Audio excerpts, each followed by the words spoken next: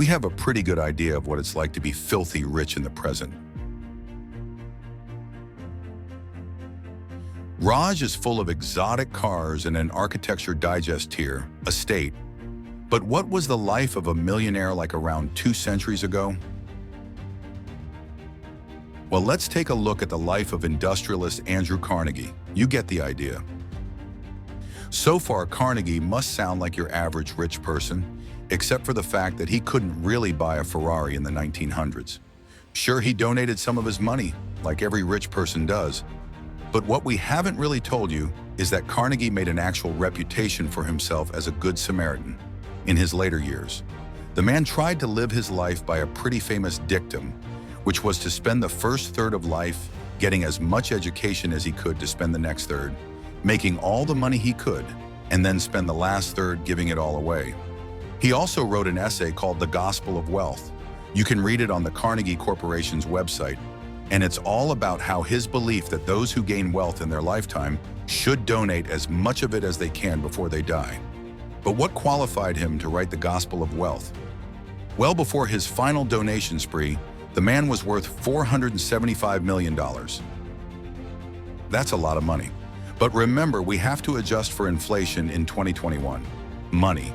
He was worth $15.6 billion. If he were alive today, he'd be tied for the 112th richest person in the world. That's a huge rags to riches story. We'd want to hear his gospel. He definitely practiced what he preached, donating vast amounts of his wealth to various causes throughout his life. He was a believer in spreading education and using his resources to promote world peace. By the end of his life, he donated a total of $350 million to all kinds of causes. His most enduring legacy is a number of organizations that he founded with the purpose of working on his vision for the future. Carnegie Corporation of New York.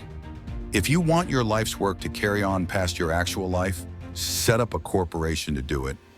The Carnegie Corporation was founded in 1911, and its main purpose was to fund and support educational initiatives in the U.S. and beyond.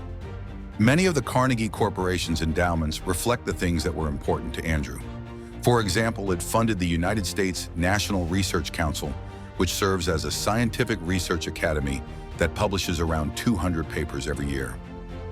The Davis Center for Russian and Eurasian Studies is a foreign policy academy and research institute that was established at Harvard University. The Carnegie Libraries were a famous project of his. It refers to over 2,500 libraries that Carnegie funded in the late 1800s, at a time when public libraries weren't really a thing. And the last one we'll mention is the Children's TV Workshop. Now, you probably don't know it by that name, but everyone everywhere knows it by its current name, Sesame Street.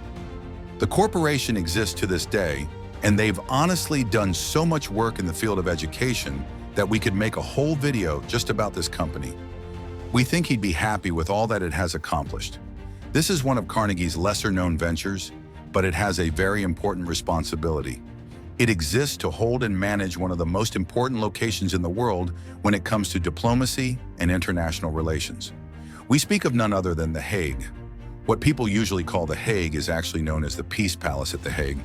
It is home to the International Court of Justice, the Permanent Court of Arbitration, and the Peace Palace Library.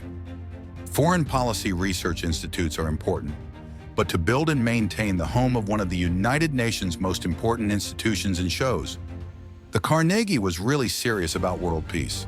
While the UN didn't exist in his lifetime, the palace was actually built by Carnegie himself to provide a home for the Permanent Court of Arbitration.